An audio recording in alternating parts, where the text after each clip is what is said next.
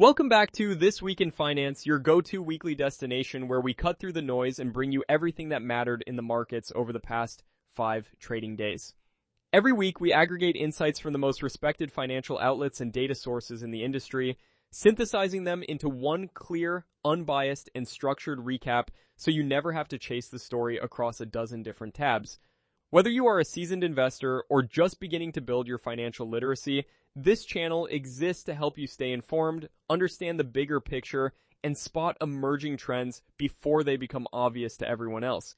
This has been a week packed with significant macro developments, sector-level moves, and meaningful signals across both traditional and digital asset markets. So let us get right into it. Here is your complete recap of the trading week ending March 27th, 2026. Before we dive in, please take a moment to hear this important disclaimer.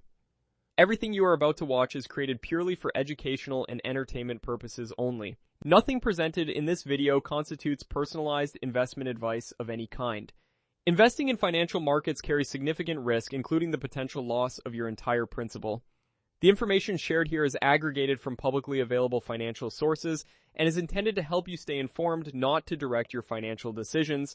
You should always conduct your own independent research and verify all facts before acting on any information. Past performance of any asset, sector, or strategy is never a guarantee of future results.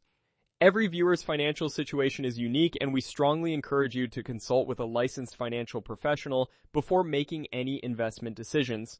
With that clearly stated, let us get into what was a genuinely eventful and data-rich trading week across markets. Now that we have covered the important disclaimers, let's get into what you actually came here for. This week's recap covers the full March 23rd through 27th trading week, and there is genuinely a lot to unpack. We're going to work through deeper sector analysis, breaking down what moved, what struggled, and why it matters beyond just the headline numbers. From there, we'll move into cryptocurrency, where there were some notable developments worth understanding in the context of the broader macro picture. We'll also highlight specific stock ideas worth keeping on your radar, not as buy or sell recommendations, but as names that reflect the larger themes playing out across the market right now.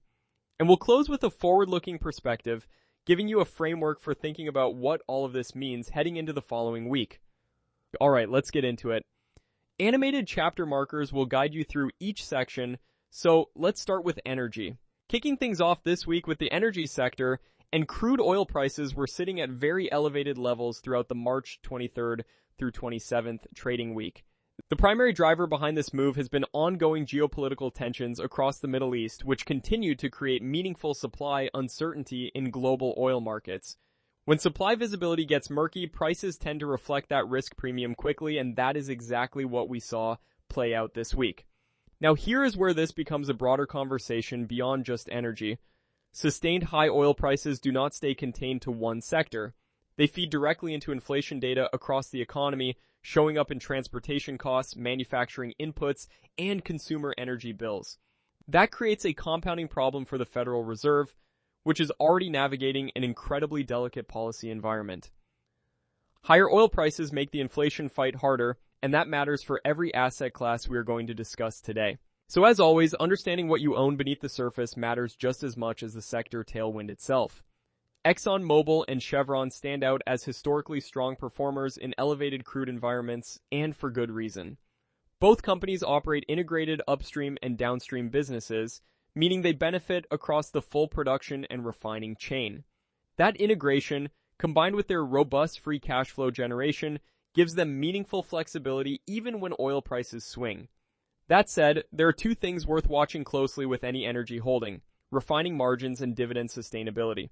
These metrics tell you a lot about whether a company can actually hold up through price volatility.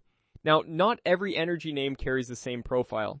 Companies with heavier debt loads or less diversified operations deserve more caution right now. In a volatile price environment, those structural weaknesses can amplify downside risk quickly. Shifting now to financials and rate-sensitive sectors, the Federal Reserve made headlines this week by holding interest rates steady, doubling down on its higher for longer policy stance. For the banking sector, this decision creates a genuinely complicated operating environment. Regional banks carrying significant commercial real estate exposure are feeling particular pressure as prolonged elevated rates continue straining borrowers and increasing default risk across office and retail portfolios. Looking at the yield curve, bond markets responded with notable caution following the Fed's announcement. Longer-dated Treasury yields remain stubbornly elevated, keeping the spread environment tight and making net interest margin expansion increasingly difficult for banks across the board. When the gap between what banks earn on loans and what they pay on deposits stays compressed, profitability suffers meaningfully. This dynamic is not isolated to smaller institutions either. The entire banking sector is navigating a rate environment that rewards patience and penalizes aggressive lending strategies built on cheaper money assumptions from prior years. Within the rate-sensitive landscape, certain areas demand closer attention. Real estate investment trusts remain under meaningful pressure as elevated borrowing costs squeeze financing conditions and compress property valuations.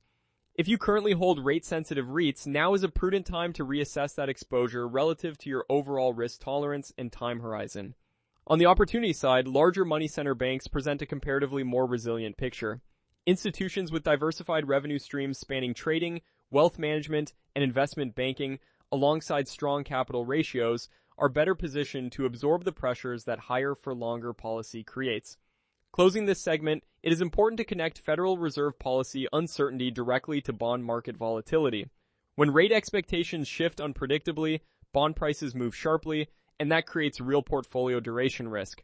Investors holding longer duration fixed income instruments should understand how sensitive those positions are to even modest changes in yield expectations heading into the weeks ahead. Shifting now to technology and growth stocks, this sector continues to feel the weight of inflation risk and rate volatility, and that pressure is showing up directly in valuations.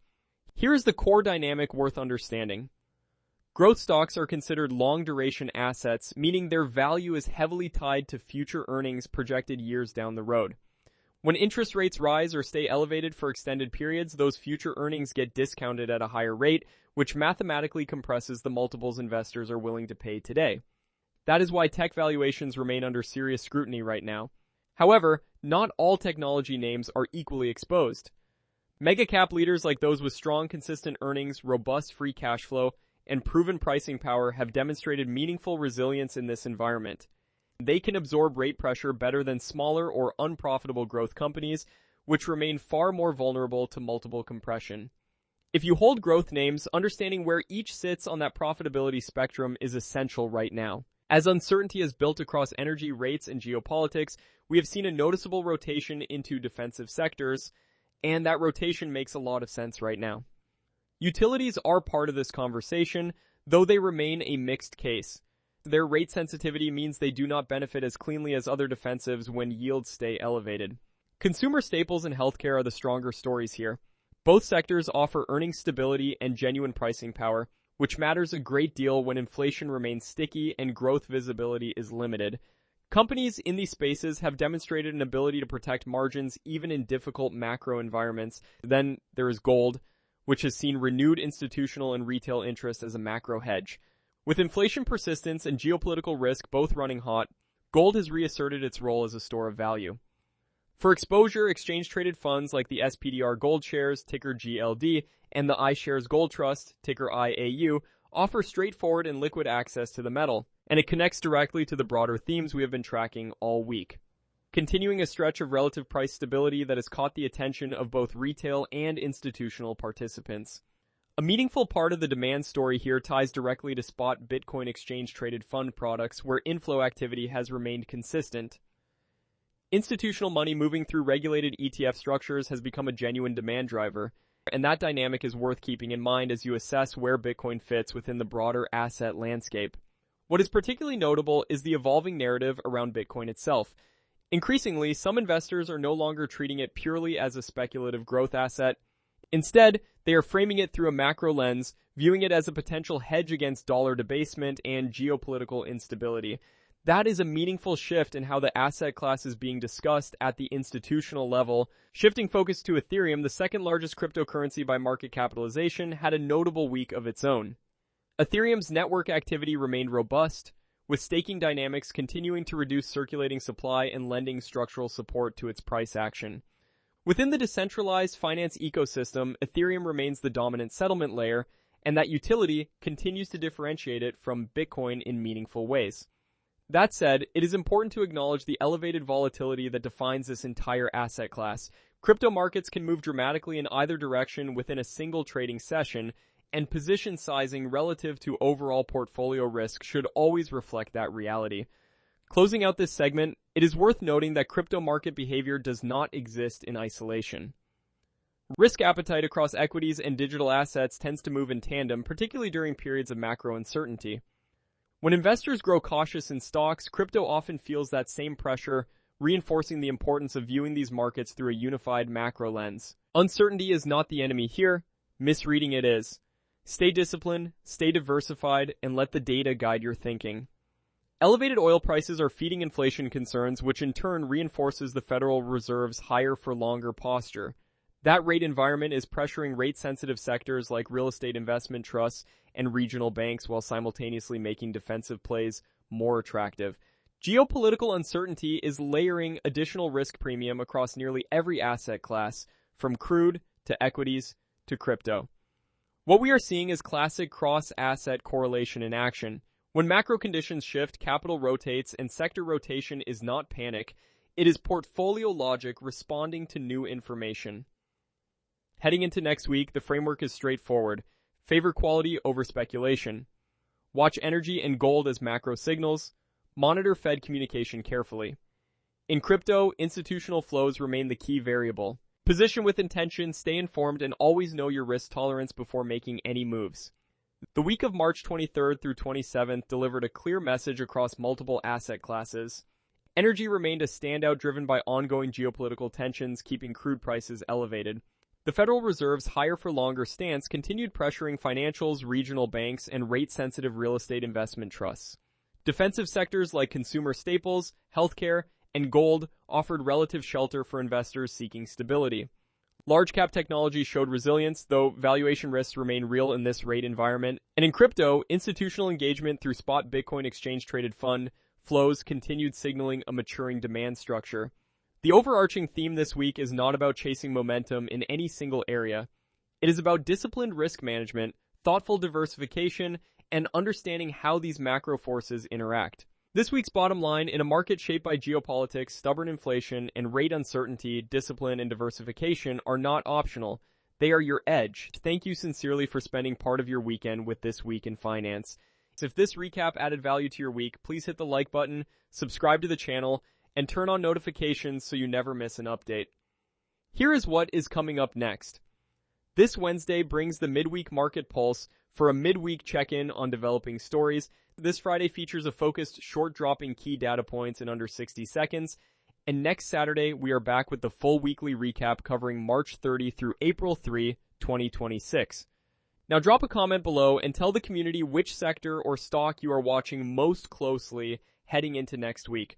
The conversation down there is always worth reading. Stay sharp, stay informed, and we will see you Wednesday.